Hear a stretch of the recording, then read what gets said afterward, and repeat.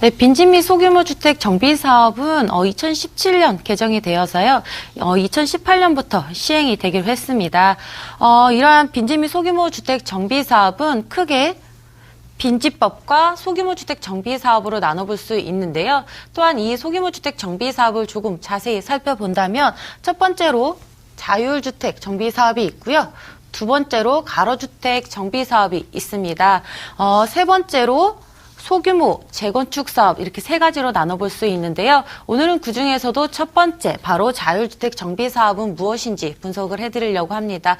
먼저 자율주택 정비 사업 같은 경우에는요. 노후화된 단독 또는 다세대가 밀집되어 있는 지역에서 이러한 주민들이 스스로 주민합의체를 구성을 해서 자기들의 건물을 개량하거나 건설하는 이러한 사업을 의미를 하고 있습니다. 그림으로 살펴본다면요. 나의 집도 노후화됐고 내 주변의 집도 노후화됐기 때문에 기왕이면 이러한 주민 합의체를 구성을 해서요. 내 집뿐만 아니라 주변의 건물들을 모두 깨끗하게 신축을 하는 사업이다라고 먼저 이해를 하시면 조금 이해하시기가 쉬우실 것 같습니다. 이러한 자율주택 정비 사업을 할 수 있는 지역을 살펴본다면요. 법 또는 조례로 먼저 지정이 되어져 있습니다. 먼저 노후도가 첫 번째 필수 요건이라고 말씀을 드릴 수 있겠는데요. 노후불량 건축물 수가 전체 건축물 수의 3분의 2 이상이 되어야 하고요. 단독 같은 경우에는 10호, 다세대 같은 경우에는 20세대, 그리고 단독과 다세대가 혼합되어 있는 지역 같은 경우에는요. 20세대라는 이러한 곳이 필요한데요. 이러한 주민들이 주민합의체를 구성을 해서 자율주택 정비 사업을 시행할 수가 있습니다. 그림으로 살펴본다면요. 단독주택 같은 경우에는 10호 미만, 다세대 주택 같은 경우에는 20세대 미만, 이처럼 단독과 주변에 다세대가 혼합되어 있는 지역 같은 경우에는 20세대 미만의 요건이 필요하다라고 먼저 말씀을 드릴 수 있겠습니다. 이러한 곳에 주민합의체를 구성을 해야 되는데요. 주민합의체는 토지 등 소유자가 자율주택 정비 사업을 시행하기 위해서 토지 등 소유자의 전원의 합의로 결정하는 합의체를 말을 하고 있습니다. 의사결정은 주민합의체의 전원의 합의가 필요하다는 점 중요하다라고 말씀을 드릴 수 있겠고요. 이러한 토지 등 소유자의 요건은 토지 소유자 물론 가능합니다. 또는 건축물의 소유자도 물론 가능하고요. 토지나 건축물이 아닌 토지 위에 설정되어져 있는 이러한 지상권자도 물론 가능하다라고 말씀을 드릴 수 있겠습니다.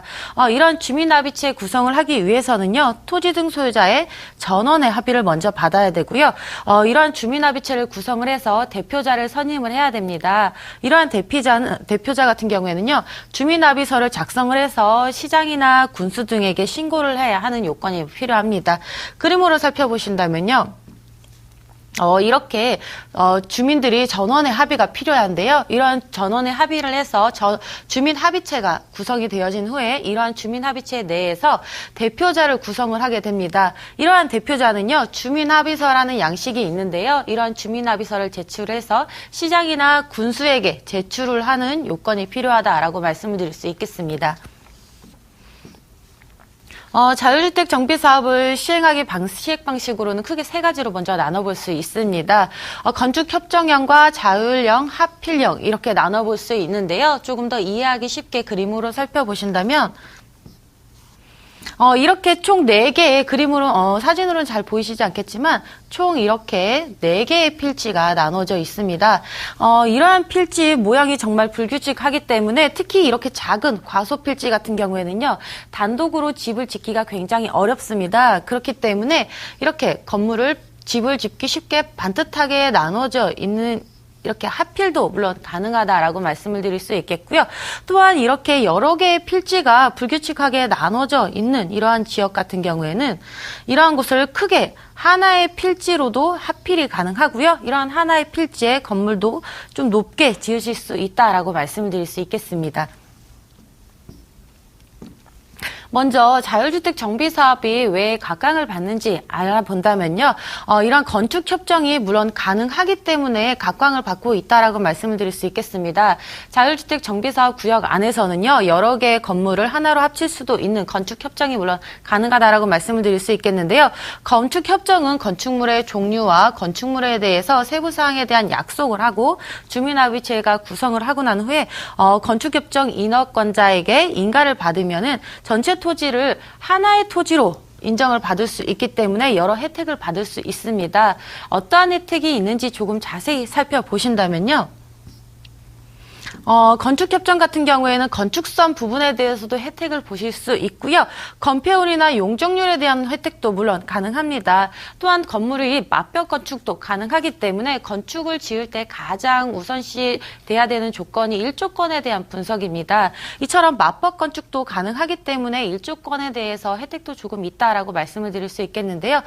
다음 이 시간에는 자율주택 정비사업의 꽃이라고 할 수 있는 건축협정에 대해서 조금 자세히 분석을 해보는 시간을 갖도록 하고요. 또한 이러한 자율주택 정비사업은 어떤 순서로 흘러가는지 조금 자세히 분석해드리는 시간을 갖도록 하겠습니다.